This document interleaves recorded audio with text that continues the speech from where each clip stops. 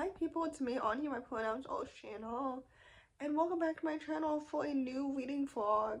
For those who don't know, I think I've alluded to this in my past, but I felt really burnt out lately, so I haven't filmed a video in like over a week, I think. I try to film 1 to 2 videos a week, but then recently I took an unintentional break, and then the break lasted longer than I was expecting, and now here I am reading the Bell Jar because frankly I thought it would be relatable, and all that I know about the Bell Jar is that it's based on Sylvia Plath's like life, so it's semi-autobiographical, and it's about her descent into mental illness because eventually Sylvia in real life commits suicide by crawling inside of an oven at the age of 30. So that's not great. And I think it's set in like the 1920s? Maybe later, the 1950s? I don't know, actually. I feel like people only associate Sylvia with this book because it's the only book that she's ever written. But I feel like when people talk about Sylvia as an author, they discuss her depiction of her own mental illness, which of course is impacted by the time period that she grew up in, because like obviously the things that we understand now about depression are not the things that they understood or taught about depression in the 1950s. So anyway, there's that. Welcome to a new chapter of my series on my YouTube channel where I contextualize classics. So yes, I'm reading the Bell Jar for the first time. So yeah. So first of all, I do not know why my lighting feels so orange right now, but maybe it's because I'm lying down, and I have removed all of my hair from my neck because I didn't like the feeling of it. So if any of you neurodivergent baddies feel the same, let me know. Anyway, if I was watching a live birth of a woman giving birth with the man that I felt pressured to date because I'm secretly queer or something, I think I would go outside and throw up, because that's just horrifying and a low-key kind of gross. I know that giving birth is like the miracle of life or whatever, but like from a technical level, it's not very pretty. So yeah, I don't want to sound like I'm demonizing mothers who give birth, but that's just the reality. Anyway, also, I've heard that some people read the Bell Jar through a queer lens, and I don't know if I'm quote-unquote supposed to do that, but like, I'm not actually in a literally classic college class, so there are no rules about how I'm supposed to interpret the text. I can simply interpret the text however I want. So anyway, I don't really think that Esther and Buddy are endgame, so I think that Esther might be queer, but I don't really know yet. So yeah, there's that. These ideas and notions about like women and men and virginity and sex and marriage seem very antiquated and outdated initially, but like so many of these quotes remind me of things that like people in modern day say now. For example, this passage from Eric reminds me of many things that men say now about women, and about how like you become a completely different person when you have sex for the first time, and how it like can define you and all this stuff. I don't know. I think that virginity is like a social construct, and it's based off of like heteronormativity and maybe even pedophilia. I don't know. I don't really know that much about it, frankly, but I'm a virgin, so maybe I should do some research or something. I don't know.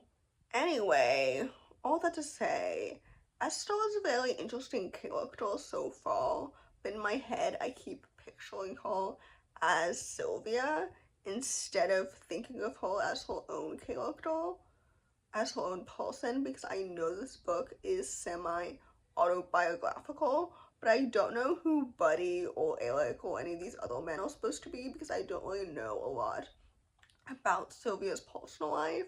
Like, I don't know if she ended up getting married or having children or any of these, like, big, like, stereotypical milestones in a woman's life in the 1950s. You know what I mean? So, yeah. That's my first impression or my second impression so far of this book. The writing is very much like, it's very easy to read because this book was written in the 1950s. So similarly to, I think, The Catcher in the Rye, the writing in this book is easier to understand than like Jane Eyre or something like that. So that's fun and interesting. So yeah, there's that. I would say that Esther becomes very depressed very quickly, but it really doesn't come out of nowhere or anything like that. It's just exasperated by everything around her because, like, no one seems to really support her. And I understand that, like, electroshock therapy to cure depression was a very common method in the 1950s or whenever this book was set. But, like, it sounds absolutely so like absurd to do that, and I know it's something that's still in practice to this day, especially when it comes to curing queerness. But like, I think it should be illegal, and I think that there's no good reason to continue that practice at all, frankly. So anyway, um, basically the plot of this book is that like Estelle is very depressed and she's really sad and lonely, and she knows that she's never going to get married because she doesn't want to. And at first she has these relationships with like her coworkers and her friends. There is a scene where she gets sexually assaulted, which is truly awful. And basically she had this boyfriend, but then they eventually broke up because in a sense he emotionally cheated on her, so he sucks. And then her dad passed away when she was younger, and her mom recently made a comment about how like it's good that her dad passed away when he did because otherwise he would have been essentially like disabled his whole life. And like, I don't know, that kind of reminds me of how now there's still like modern ideas that like it's better to be dead than disabled, which is really ableist obviously. But like that's how people viewed disabilities and mental illness back then, and it's still something that people still think right now, which is really bad, frankly, because I love being disabled and I think it like keeps me alive, frankly. But anyway, um, I think I'm more than halfway through this book so far, and I'm enjoying it. I think that Esther, what was I going to say about Esther? Oh, I think that Esther's thoughts circulating like her mental illness and everything is depicted very, very realistically, and I think that like her thoughts and feelings regarding her depression parallels with many things that people with depression in modern day navigate. So that's definitely true. And now she's contemplating ways to kill herself, which is very sad and awful. So I definitely should have mentioned at the beginning of this video that there was a trigger warning for suicide attempts.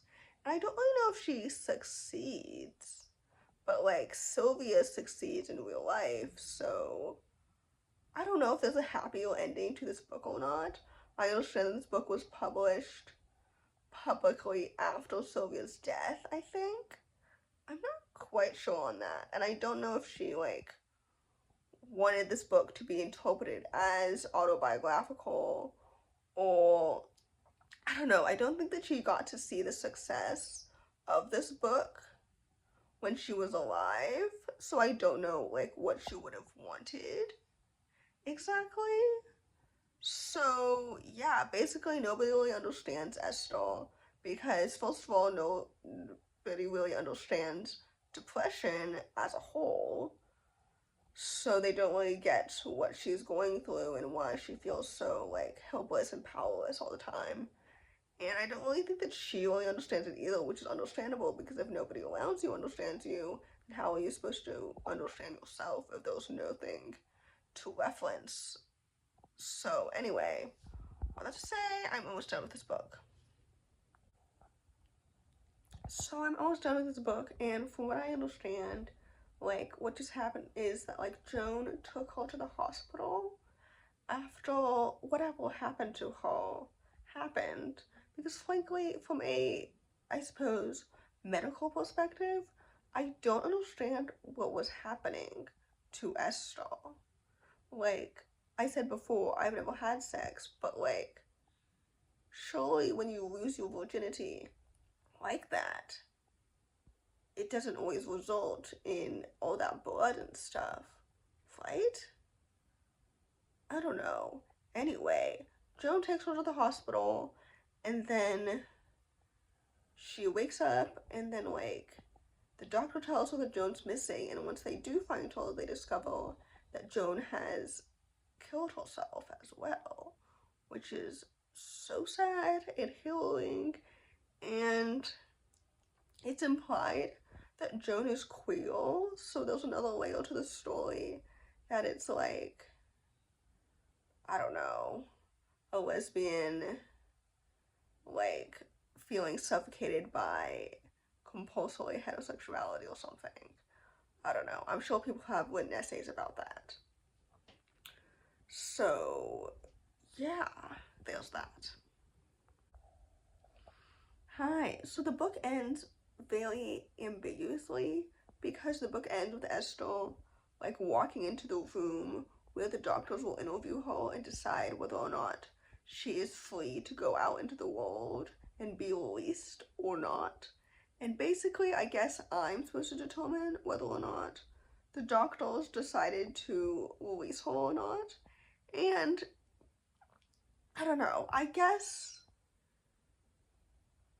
don't know if I think that she will ever really be released from, like, the expectations that people have for women and marriage and virgins and sexuality and everything, because, like I said before, the notions that we have today about women and marriage and sex and men still exist right now. So, not to say that there's no escaping or that there's no hope for feminism in 2026, but, like, sometimes it's very easy to feel very trapped and suffocated as a woman when, like, women's rights are constantly in danger and stuff like that.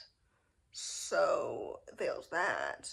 But on the other hand, I'd like to have hope, even though it's so hard to feel hopeful in this time, which is why I've been feeling so burnt out lately, because I have not felt hopeful in a very, very long time. But I hope that there is hope for Esther and for other mentally ill people like her. So I think, or I hope that the doctors released her. So, yeah, I don't know if that made any sense at all, but I don't really care if it made any sense or not, because, like, sometimes I just don't make sense, and sometimes people will make sense of what I have said, and sometimes they don't, and sometimes people don't like my videos, and sometimes they do, and I never really know which of my videos beforehand will become popular or not, and I don't know, I'm just burnt out. So at this point, do I really care about the public perception of me? I don't know. Anyway, there's that. I rated the Bell Jar 3 stars. I thought it was good. There were some elements that I didn't quite understand. Not because of Sylvia necessarily, but because of my own, like, lack of understanding of, I don't know, sex, I guess? I don't know. Anyway, all that to say, I think this book is good, and I think it parallels with many things that are happening to people still, which is why it's a classic, because to be a classic, that means the story has to be, like, timeless and relevant to this day. So I don't know if I did a good job of contextualizing it, which is the whole point of this video series. But anyway, yeah, I don't know when next I'm going to film a video because, like I said, I've been feeling very burnt out lately, and which means that like my reading this month has really suffered, as I have also suffered upstairs. So yeah, fails that. In conclusion, if you enjoyed this video, please don't hesitate to give it a big thumbs up. Comment down below the mushroom emoji if you made it all the way to the end of the video. Thanks for watching. Subscribe to my channel if you're new, and I'll see you in my next video. Bye.